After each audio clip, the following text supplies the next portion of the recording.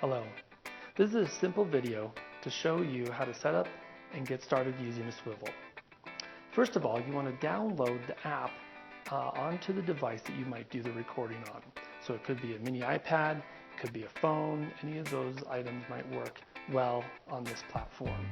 Once you have that account set up, you can automatically upload all of the videos from the device into that account, and it's stored on an unlimited space in the cloud, which is nice so that you don't have to take up that space on your device. This sub-video will walk you through the specific parts of a swivel, how to set your grip fit, where to find that marker, and making sure that that audio cable is attached. So this is a swivel itself, what it looks like, if you haven't had a chance to look at one and research. On the top, this piece slides to the left to match up for your actual device that you're going to fit.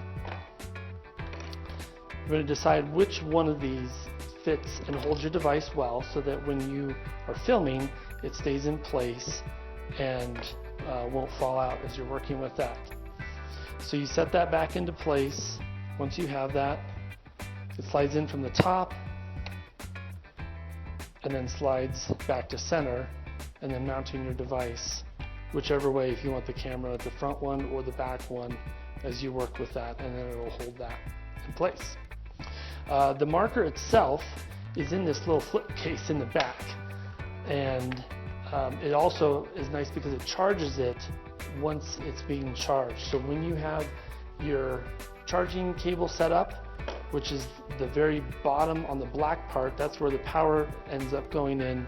The swivel marker gets charged inside that little spot as well, and so the whole unit is charged together at the same time, which is a nice handy feature.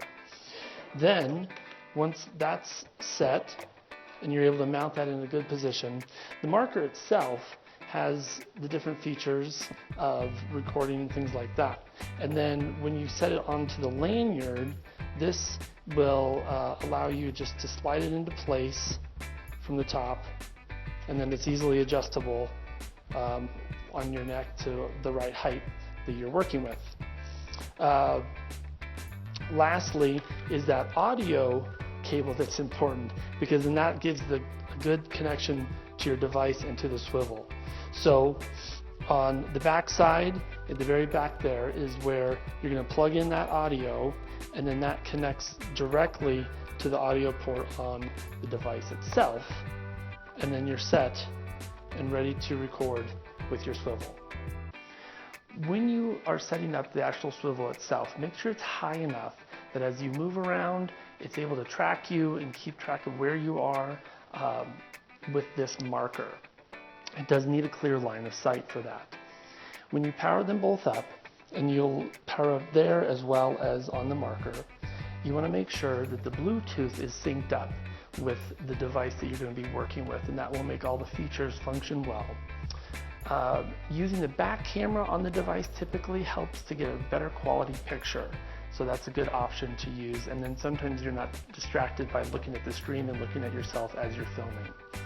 Also, the audio cable needs to be hooked up so that as the mic is moved around and maybe far away, if you're working with a small group or working with someone else over in a distance, the quality of the sound is still clear.